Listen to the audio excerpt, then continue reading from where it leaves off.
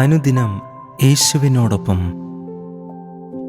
മത്തായി എഴുതിയ സുവിശേഷം 5-ാം അധ്യായം 16-ാം വാക്യം. അങ്ങനെ തന്നെ മനുഷ്യർ നിങ്ങളുടെ നല്ല പ്രവൃത്തികളെ കണ്ട് സ്വർഗസ്ഥനായ നിങ്ങളുടെ പിതാവിനെ മഹത്വപ്പെടുത്തേണ്ടതിന് നിങ്ങളുടെ വെളിച്ചം അവരുടെ മുൻപിൽ പ്രകാശിക്കട്ടെ. ക്രിസ്തുവിൻ്റെ വെളിച്ചം നമ്മുടെ ജീവിതത്തിലൂടെ മറ്റുള്ളവരുടെ മുൻപിൽ പ്രകാശിക്കണം എന്നതാണ് ദൈവം നമ്മെക്കുറിച്ച് ആഗ്രഹിക്കുന്നത്.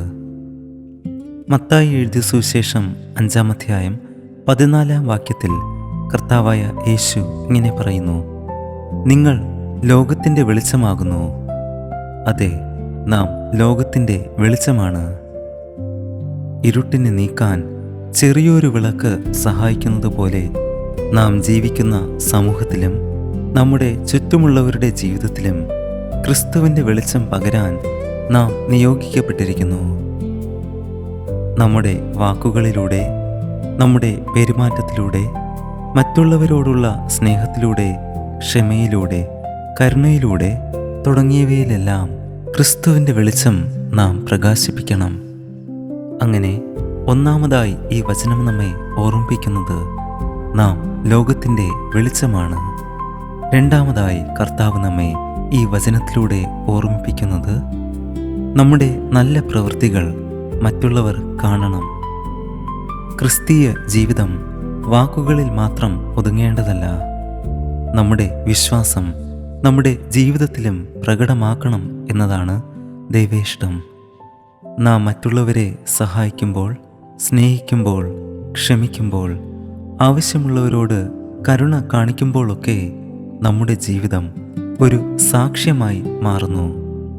എന്നാൽ ഇവിടെ ഒരു പ്രധാന കാര്യമുണ്ട്. നമ്മുടെ നല്ല പ്രവൃത്തികൾ നമ്മുടെ മഹത്വത്തിന് വേണ്ടിയല്ല എന്നത് നാം എപ്പോഴും ഓർക്കണം. മത്തായി എഴുതിയ സുവിശേഷം 6-ാം അധ്യായം 1-ാം വാക്യത്തിൽ കർത്താവായ യേശു അതിനെക്കുറിച്ച് മുന്നറിയിപ്പ് നൽകുന്നു. മനുഷ്യർ കാണേണ്ടതിനായി നമ്മുടെ നീതി അവരുടെ മുൻപിൽ ചെയ്യരുത്. അതുകൊണ്ട് നാം കർത്താവിൻ്റെ വെളിച്ചമായി ജീവിക്കുമ്പോൾ നമ്മുടെ ലക്ഷ്യം ഒരിക്കലും നമ്മുടെ സ്വന്തം മഹത്വമാകരുത്. സ്വർഗസ്ഥനായ നമ്മുടെ പിതാവിനെ മഹത്വപ്പെടുത്തുന്നതായിരിക്കണം നമ്മുടെ ഓരോ പ്രവൃത്തികളും. അങ്ങനെ നാം ചെയ്യുന്ന ഓരോ ചെറിയ പ്രവൃത്തികളിലൂടെയും നമ്മുടെ ജീവിതത്തിലൂടെ ദൈവത്തെ മറ്റുള്ളവർക്ക് കണ്ടെത്താൻ കഴിയണം. നമ്മുടെ ക്ഷമ കാണുമ്പോൾ ദൈവത്തിൻ്റെ ക്ഷമയെക്കുറിച്ച് മറ്റുള്ളവർ ചിന്തിക്കണം.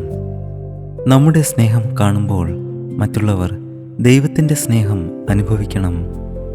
നമ്മുടെ പ്രതിസന്ധികളിലെ വിശ്വാസം മറ്റുള്ളവർ കാണുമ്പോൾ അത് ദൈവത്തിൽ പ്രത്യാശ വയ്ക്കുവാൻ അവരെ സഹായിക്കുന്നതായിത്തീരും. ഇരുട്ടിലുള്ളവർക്ക് വഴി കാണിക്കാനാണ് ദൈവം നമ്മെ ലോകത്തിൽ വെളിച്ചമായി നിലനിർത്തിയിരിക്കുന്നത്. നമ്മുടെ വാക്കുകളിൽ ക്രിസ്തുവിൻ്റെ വെളിച്ചം ഉണ്ടാകട്ടെ. നമ്മുടെ പ്രവൃത്തികളിൽ ക്രിസ്തുവിൻ്റെ സ്നേഹം ഉണ്ടാകട്ടെ. നമ്മുടെ തീരുമാനങ്ങളിൽ ദൈവത്തിൻ്റെ ജ്ഞാനം ഉണ്ടാകട്ടെ.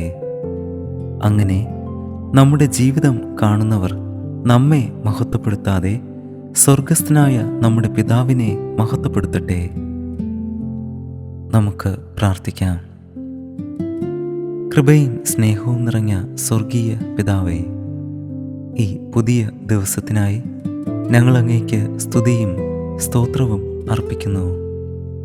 ഞങ്ങളുടെ വാക്കുകളിലും പ്രവൃത്തികളിലും തീരുമാനങ്ങളിലും ക്രിസ്തുവിൻ്റെ സ്വഭാവം പ്രകടമാക്കുവാൻ ഞങ്ങളെ ഓരോരുത്തരെയും സഹായിക്കണമേ. ഞങ്ങളുടെ ജീവിതം അങ്ങേക്ക് മഹത്വം കൊണ്ടുവരുന്നതായി തീരട്ടെ. ഇരുളിലായിരിക്കുന്ന ജനങ്ങൾക്ക് ക്രിസ്തുവിൻ്റെ വെളിച്ചം പകരുവാൻ ഞങ്ങളെ ഓരോരുത്തരെയും സഹായിക്കണമേ. ഞങ്ങളെ തന്നെ പൂർണ്ണമായി താഴ്ത്തി സമർപ്പിക്കുന്നു. ഇന്നത്തെ ദിവസം ഞങ്ങൾക്ക് അനുഗ്രഹിച്ച് നൽകണമേ.